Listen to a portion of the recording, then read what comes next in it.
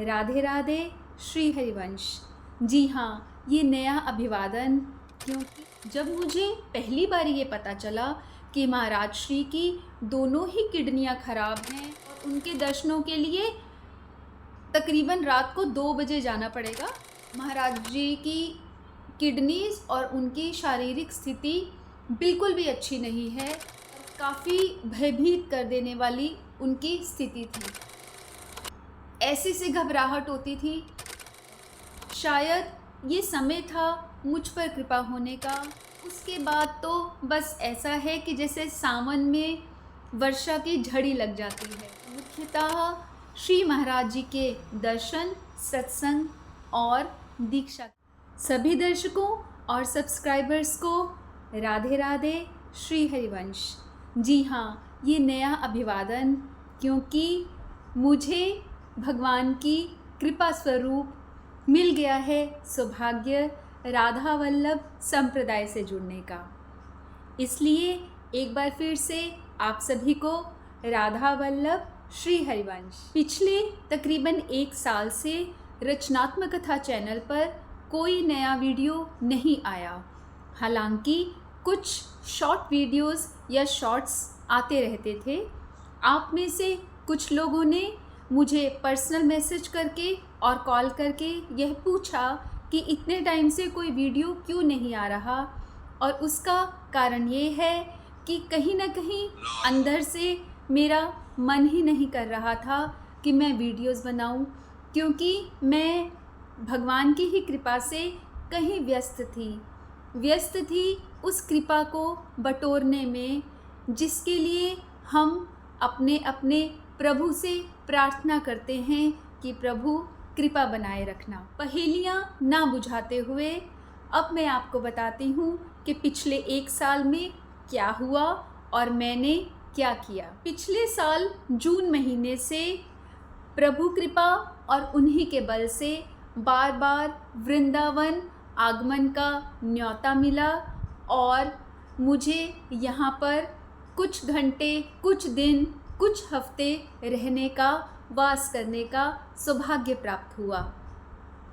शायद जो इस चैनल की टैगलाइन है, दुर्लभ मनुष्य जन्म को सफल बनाने का प्रयास, शायद कुछ ऐसी कृपा हुई, और शायद क्यों अवश्यमेव श्री राधा रानी और कृष्ण भगवान की ऐसी कृपा हुई कि मुझे इस दुर्लभ मनुष्य जन्म को सफल बनाने के प्रयास में बल मिले और मुझे अब एक राह मिल गई, एक रास्ता मिल गया अपनी मंजिल की तरफ। आगे आने वाले वीडियोस में मैं आपको बताऊंगी कि कैसे एक वो दिन था जब पहली बारी मुझे मेरे गुरुदेव, परम पूजनीय, प्रातः स्मरणीय गुरुदेव के दर्शन हुए, और आज मैं आपके सामने बैठी हूँ राधा वल्लभीय संप्रदाय का एक हिस्सा बनके, क्योंकि हाँ, जी हाँ, मेरी दीक्षा मेरे गुरुदेव द्वारा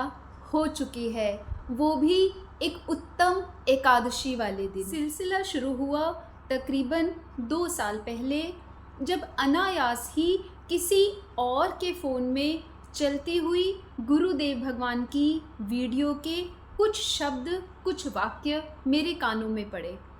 उस दिन मैंने उस व्यक्ति को बोला कि ये वीडियो ज़रा मुझे फॉरवर्ड कर देना, किंतु वह व्यक्ति भूल गया। उस दिन के बाद फिर कुछ महीने के बाद उसी व्यक्ति के फ़ोन में मुझे दोबारा कुछ वाक्य सुनने को मिले गुरुदेव भगवान की आवाज़ में। तब मैंने उससे पूछा कि ये किन की आवाज़ है और ये किन का सत्संग है। मुझे बताया गया कि ये महाराज श्री के सत्संग के उपदेश हैं। जब मुझे पहली बार ये पता चला कि महाराज श्री की दोनों ही किडनियाँ खराब हैं और वह सुबह 2 बजे पदयात्रा के लिए निकलते हैं और कई वर्षों से उनकी किडनियाँ खराब हैं, तो मुझे विश्वास नहीं हुआ, क्योंकि तार्किक बुद्धि होने के कारण मैं जनरली किसी पर भी विश्वास नहीं करती हूँ। और इस मनुष्य देह में, क्योंकि यह कलयुग है, पहले मुझे ऐसा विश्वास नहीं होता था इन बातों पर, क्योंकि हमारे आसपास अधिकतर आडंबर ही देखने को मिलता है। पर चूंकि मुझे इन वाक्यों ने, इन उपदेशों के कुछ संस्मरणों ने, तकरीबन 3-4 सेंटेंसेस ने ही अपनी तरफ खींचा था। उसके बाद जब मैंने पहली बारी गूगल किया, यूट्यूब सुना, तो जो पहला सत्संग था महाराज श्री का, उससे ही मेरे ज्ञान चक्षु खुले, मेरी अंतरात्मा जगी और एक तरीके से कहें मेरे रोंगटे खड़े हो गए, क्योंकि यह वही आवाज़ थी, वही संस्मरण थे, वही उपदेश थे जो कि कृपावश मेरी माँ ने मुझे बचपन से दिए हुए थे और हम इन संस्कारों में पले बड़े थे। धीरे धीरे 1 महीना बीता, 2 महीने बीते और मैं YouTube के माध्यम से गुरुदेव के साथ जुड़ी रही। तकरीबन 5-6 महीने हो गए, तब अंदर से एक ललक उठी कि महाराज श्री के दर्शन करने चाहिए। आसपास के लोगों को बोला, कुछ जानकारी एकत्रित करने की कोशिश की। पता चला महाराज श्री की किडनियाँ वाकई में खराब हैं और वह वृंदावन में अखंड वास करते हैं। तकरीबन 1-2 महीने बीत गए, पर मुझे कुछ समझ नहीं आया, कुछ पता नहीं चला, सिवाय इसके कि महाराज श्री वृंदावन में रहते हैं और उनके दर्शनों के लिए तकरीबन रात को 2 बजे जाना पड़ेगा। कुछ ऐसी व्यस्तता थी संसार में कि मुझे लगा कि कोई मुझे ले जाए, कोई सहारा बन जाए और एक बार मैं महाराज श्री के दर्शन कर लूँ। उसके बाद कुछ ऐसे वीडियोस आए जब मैंने नोटिस किया कि महाराज श्री के हाथों में, चेहरे पे बहुत सूजन है और अपने एक मित्र जो कि डॉक्टर थी, उन्होंने मुझे बताया कि महाराज जी की किडनीज और उनकी शारीरिक स्थिति बिल्कुल भी अच्छी नहीं है और काफ़ी भयभीत कर देने वाली उनकी स्थिति थी। मन में जो लौ जगी थी, वो लौ एक तरीके से अग्नि का रूप ले चुकी थी और कुछ ऐसी सी घबराहट होती थी, तकलीफ़ होती थी कि लगता था बस कल ही, बस आज ही एक बार मुझे महाराज श्री के दर्शन करने हैं। कुछ लोगों से बात की, पता नहीं चला, कुछ नहीं समझ आया। ऐसे तड़पते तड़पते तकरीबन 5-6 महीने और बीत गए। लेकिन वो कहते हैं ना, जब आप इस दुनिया में किसी चीज़ को पाने के लिए सच्चे मन से लालायित होते हो, तो कायनात भी आपको उस चीज़ से मिलाने में लग जाती है। शायद ये समय था मुझ पर कृपा होने का और जून 2024 में मुझे पहली बारी वृंदावन जाने का मौका मिला और वो मौका मिला 3 रातें वृंदावन में रहने का, यानी 4 दिन और 3 रातें। यूँ तो वृंदावन में मथुरा, वृंदावन, गोकुल, नंदगांव, बरसाना, यहाँ मैं अपनी फैमिली के साथ बचपन में भी 2-3 बारी जा चुकी थी, पर वो यादें कहीं कहीं भूली बिसरी सी हो गई थी, कहीं ना कहीं धूमिल हो गई थी। इस बारी जब जून 2024 में वृंदावन आने का मौका मिला, तो उसके बाद तो बस ऐसा है कि जैसे सावन में वर्षा की झड़ी लग जाती है। लेकिन तब भी मुझे कुछ भी अंदेशा नहीं था कि गुरुदेव महाराज के दर्शन कैसे और कहाँ करने हैं। गूगल किया, याद है मुझे पूरे ही रास्ते में अपने फ़ोन पर गूगल कर रही थी महाराज श्री के बारे में। एक जगह का नाम पता लगा, केली कुंज, कुछ पता लगा कि 2 बजे दर्शन होते हैं, इससे ज़्यादा कुछ नहीं पता लगा।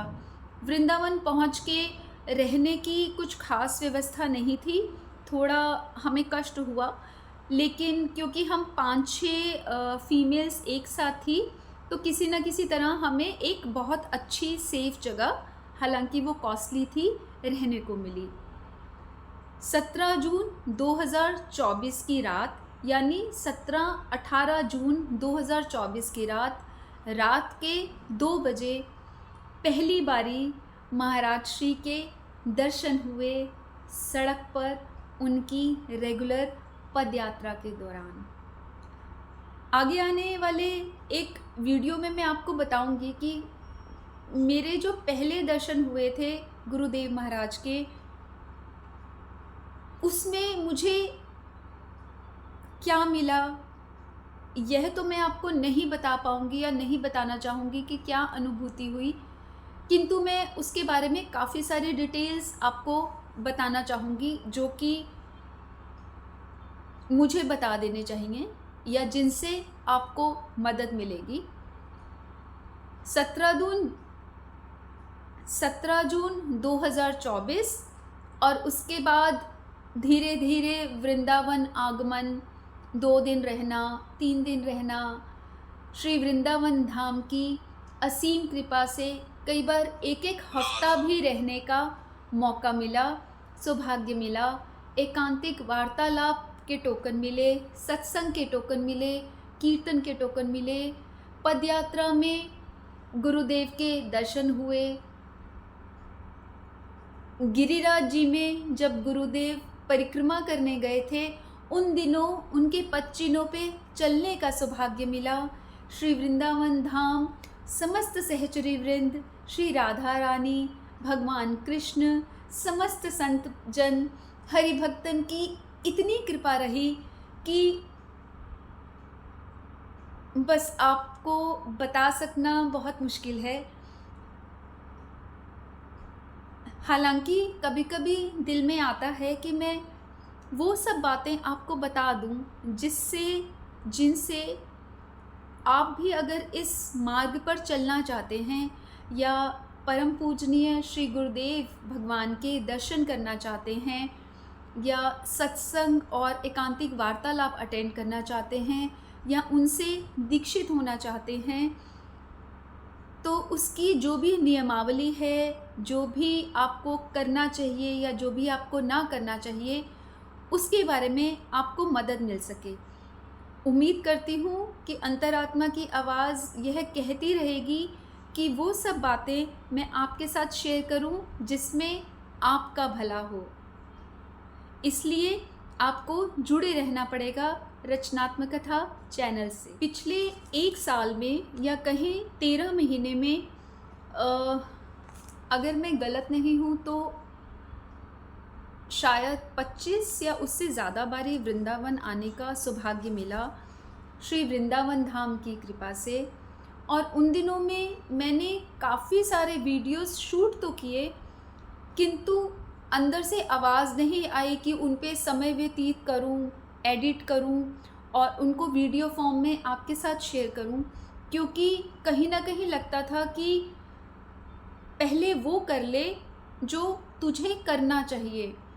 पहले कुछ कर तो ले, पहले कुछ पा तो ले, फिर दुनिया को बताइयो, नहीं तो ये एक मात्र दिखावा सा हो जाएगा। गिरिराज जी जाने का मौका मिला, परिक्रमा का मौका मिला, बहुत ही कृपामय ये 1 साल बीता। अब मुझे लगता है कि शायद मेरे वीडियोस देखने से आपका भी भला हो सके। अगर प्रभु कृपा हुई तो यथासंभव उन वीडियोस को एडिट करके, जिसमें वृंदावन के मुख्य ठाकुर ही नहीं और भी कुछ ऐसे रहस्य हैं, कुछ ऐसे मंदिर हैं, कुछ ऐसी बातें हैं जो कि पता चली, जो कि फ़ोन की मेमोरी में ही अभी तक रिकॉर्डेड हैं, अभी तक सेव्ड हैं, उनको एडिट करके मैं समय समय पर आपके साथ शेयर करती रहूँगी।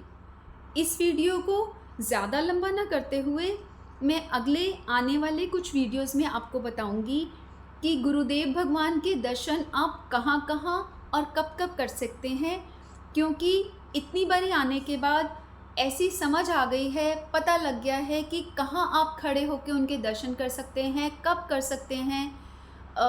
वैसे तो कई बारी वो अचानक ही कहीं निकल जाते हैं अपने परिकरों के साथ, फिर भी उनका एक नियत समय है जब वो जहाँ वो रहते हैं वहाँ से आश्रम के लिए और आश्रम से जहाँ वो रहते हैं वहाँ जाते हैं। कभी कभी वो अपने अपने गुरुदेव भगवान के दर्शन के लिए भी जाते हैं। ये सारी बातें मैं आपको आने वाले वीडियोस में बता दूंगी।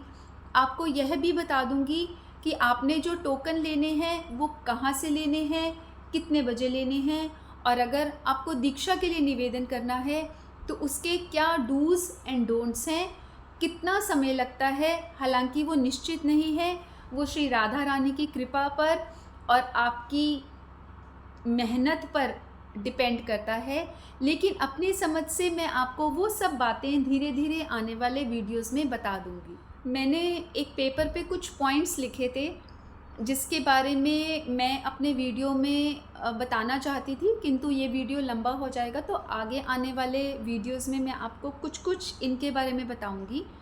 जैसे वृंदावन के 7 मुख्य ठाकुर, उनमें से भी 3 मुख्य ठाकुर जो अभी भी श्री वृंदावन धाम में विराजित हैं, और वह मूर्तियां नहीं साक्षात ठाकुर हैं, और जिनके बारे में यह मानना है और हमारे ग्रंथ भी यह बताते हैं कि जो एक बारी सच्चे मन से श्री वृंदावन धाम आ गया, जिसने बिहारी जी के यानी बांके बिहारी लाल के, राधा वल्लभ लाल के और राधा रमन जी के एक बारी दर्शन कर लिए, वह कभी नरक में नहीं जाता।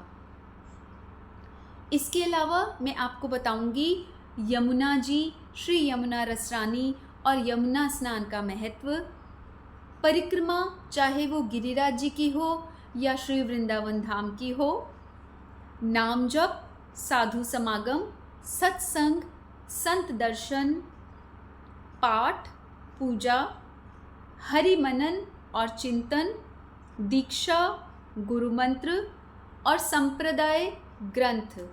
इसके साथ साथ श्री वृंदावन धाम में किस रहनी से रहना चाहिए, यानी क्या करना चाहिए और क्या नहीं करना चाहिए, दया, परोपकार, दान का यहाँ पर क्या महत्व है, तीर्थ और श्रीधाम में क्या मुख्य अंतर हैं। इसके अलावा मैं आपके साथ शेयर करूँगी कुछ दुर्लभ वीडियोस और ऐसे संस्मरण जो कि मैंने एकत्रित किए वीडियो फॉर्म में श्री गिरिराज जी जाके, मानसरोवर, वंशीवट, भांडीर वन, लक्ष्मी जी का मंदिर, बरसाना इत्यादि के बारे में। भांडीर वन वो जगह है जहाँ पर श्री कृष्ण और श्री राधा रानी का विवाह हुआ था, जो कि श्री ब्रह्मा जी ने संपन्न करवाया था। इसके अलावा कुछ वीडियोस में आपके साथ शेयर करूँगी यहाँ के संत बंदरों की। जी हाँ, वृंदावन धाम में, श्री वृंदावन धाम में चाहे कोई कुत्ता हो, शूकर हो, कुकर हो, पक्षी हो, लता हो, फल हो, बेल हो, फूल हो, वृक्ष हो या बंदर हो, ये सब संत हैं जो कि पिछले जन्म में अपनी भक्ति करते रहे, किंतु उस भक्ति की पूर्णता न हो सकी और उन्हें इस रूप में दोबारा अवतरित होना पड़ा। बातें करेंगे इन सभी महत्वपूर्ण पॉइंट्स पर और मुख्यतः श्री महाराज जी के दर्शन, सत्संग और दीक्षा के बारे में। इसलिए जुड़े रहिए रचनात्मक कथा के साथ और आइए अपने दुर्लभ मनुष्य जन्म को सफल बनाने के प्रयास को लगातार, निरंतर, सतत आगे बढ़ाने का प्रयास करते रहें। राधे राधे। राधा वल्लभ श्री हरिवंश।